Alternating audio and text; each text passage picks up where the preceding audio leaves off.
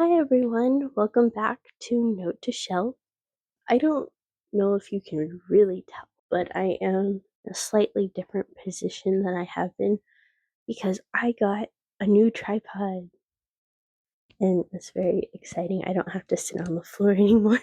So for this video, I wanted to do a TBR video and go over some of the books that I've been wanting to read, or maybe books that have come up recently that I'm excited to get to next. They're kind of on my brain. First up, I got Project Hail Mary. I know, I jumped on the bandwagon. I heard, with the movie that came out, I heard so many good things about it. And I heard how, it was a great adaptation. The book was good, but the movie adaptation was good. And if you've watched the movie, you should still read the book. I went and saw the movie in theaters, and it was amazing. Yeah, I liked the movie a lot, and I feel like other movies that I've watched recently, it's like I'll watch the movie and it's like, oh, that was a good movie, but then forget about it. I might think about it the next day, but then I'll forget about it. I watched Project Hail Mary in theaters, and then it was like 3, 4 days later, I was still thinking about it. And so I'm like, you know what, I'm gonna buy the book. I want the book. So I did. And I did take a sneak peek at the first page, and already I'm like, oh yeah, this is gonna be good. So I'm excited to get to that one. If you haven't seen the movie, I do recommend going to see the movie. And I'm sure the book is just as good if you haven't read it. But I haven't actually read it yet, obviously, so I can't truly recommend it to you yet. But I'm sure it's just as good. Okay, next up I have Strange Houses by Uketsu. This one, I've been seeing it on Fable. Lots of people have been reading it. And it's a mystery and it's Japanese. What's not to like? Hopefully, I don't know. But other than that, I honestly don't really know what to expect. So let's read the summary together. When a writer fascinated by the macabre is approached by an acquaintance, he finds himself investigating an eerie house for sale in Tokyo. The building, with its bright and spacious interior, seems like the perfect first home, but upon closer inspection, its floor plan reveals a mysterious dead space hidden between walls. Seeking a second opinion, the writer shares the layout with his friend Kurihara, an architect, only to discover more unnerving details throughout. What is the true purpose behind the house's disturbing design, and what happened to the former owners who disappeared without a trace? When a body suddenly appears and a young woman reaches out about a second house, it soon becomes clear that the writer and his friend may be in over their heads. In Strange Houses mystery horror YouTube sensation Uketsu casts reader in the role of detective, inviting them to help map out the truth hidden within a series of chilling and puzzling floor plans, and the terrifying plot behind it all. Yeah, that definitely sounds interesting. And I know I've read quite a few of the cozy Japanese books, like Days at the Morisaki Bookshop and Before the Coffee Gets Cold. I've read a lot of that, but I realized not a lot of Japanese mysteries. But I have read a couple of stories by Edogawa Rampo. I do have one book here by him, Beast in the Shadows, but I've read a couple other of his works, and not all of them are necessarily mysteries, but they do have, that kind of unsettling horror to it.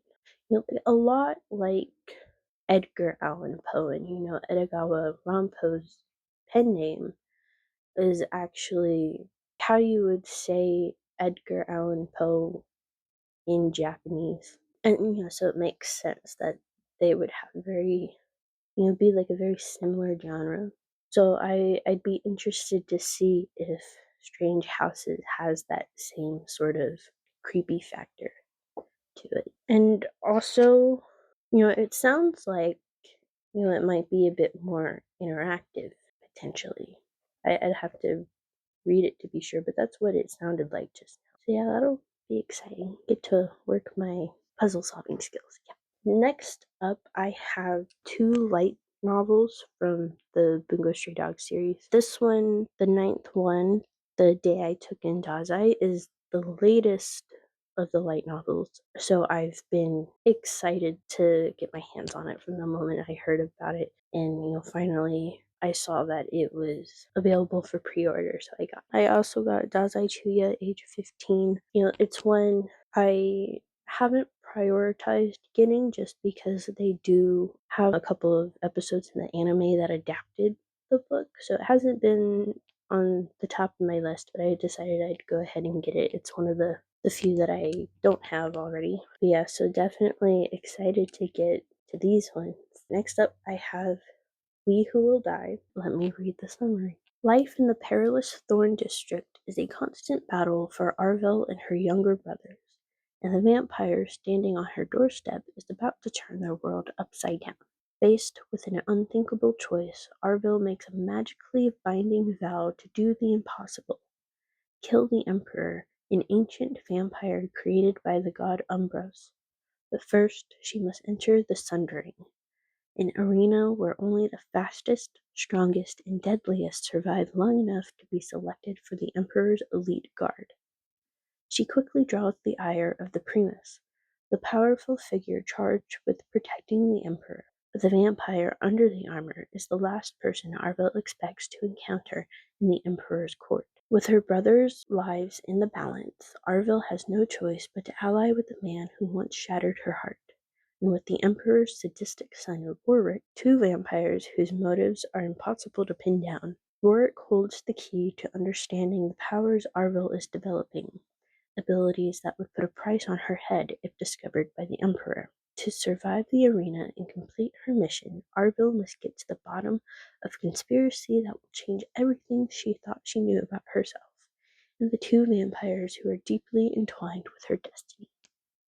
Bum, bum, bum. This definitely sounds really interesting. And this one, it sounds so interesting, so I am, a little worried. What if it ends up not being as good as it sounds? I am a little worried about that, especially having bought it. But we shall see, and I do hope it turns out great. It's such a pretty cover, too. But anyway, next up I have Foul Lady Fortune. I go ahead and read the summary. It is 1931 in Shanghai, and the stage is set for a new decade of intrigue. 4 years ago, Rosalind Lang was brought back from the brink of death. The strange experiment that saved her also stopped her from sleeping and aging, and allows her to heal from any wound. In short, Rosalind can't die. Now, desperate for redemption from her traitorous past, she uses her abilities as an assassin for her country, codename Fortune. But when the Japanese Imperial Army begins its invasion march, Rosalind's mission pivots. A series of murders is causing unrest in Shanghai, and the Japanese are under suspicion. Rosalind's new orders are to infiltrate foreign society and identify the culprits behind the terror plot before more of her people are killed. To reduce suspicion, however, she must pose as the wife of another nationalist spy, Orion Hong. And before Rosalind finds Orion's cavalier attitude and playboy demeanor infuriating, she is willing to work with him for the greater good. But Orion has an agenda of his own, and Rosalind has secrets that she wants to keep buried. As they both attempt to unravel the conspiracy, the two spies soon find that there are deeper and more horrifying layers to this mystery than they ever imagined. So I picked this one up, one, because I like historical fiction, and two, I love a good spy story. Those are always a good combination. And also, I believe when I picked this book out, I had just finished watching season 3 of Spy Family. And Spy Family is definitely one of my favorite animes. Definitely a comfort show for me. And just the idea of an assassin and a spy having to get married for the mission. It's so like Spy Family. It's probably gonna be nothing like that, but that's why I picked it up. I was very much like kind of in that spy family world. My mind was still there, and that's what made this all the more intriguing for me. And next up, I have Cursed Daughters. I looked up the pronunciations, so now let's read the summary. When Eben gives birth to her daughter Aniyi on the day they bury her cousin Monife, there is no denying the startling resemblance between the child and the dead woman.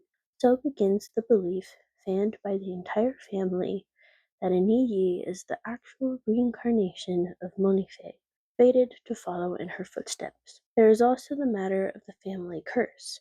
No man will call your house home, and if they try, they will not have peace, which has broken numerous hearts and caused 3 generations of abandoned Falodin women to live under the same roof. When Aniyi falls in love, she can no longer run from her family's history.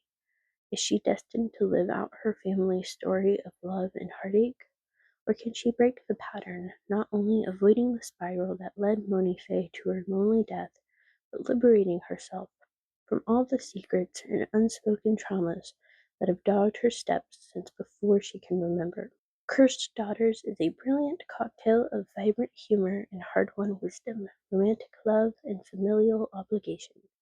It asks us what it means to be granted a second chance and how to live both wisely and well with what we've been given. I picked this book up as part of my goal to read more diversely because I read a lot of different genres, and I've been trying to branch out more, not just with genres, but also with different cultures and different voices in literature. Also, this cover is just really pretty. I'm excited to see what this book has in store. So those were the books that I really want to get to next. I will say that I'm probably not going to read them right away, only because I'm working on reading a handful of other books for another video that I want to make. So it might still be a little while before I actually get to them.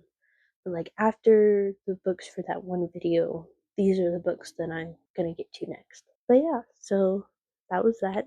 Let me know if you've read any of these books and how you like them. And also, like, what's on your TBR? Do you let it grow and grow like I do? I feel like a lot of us do.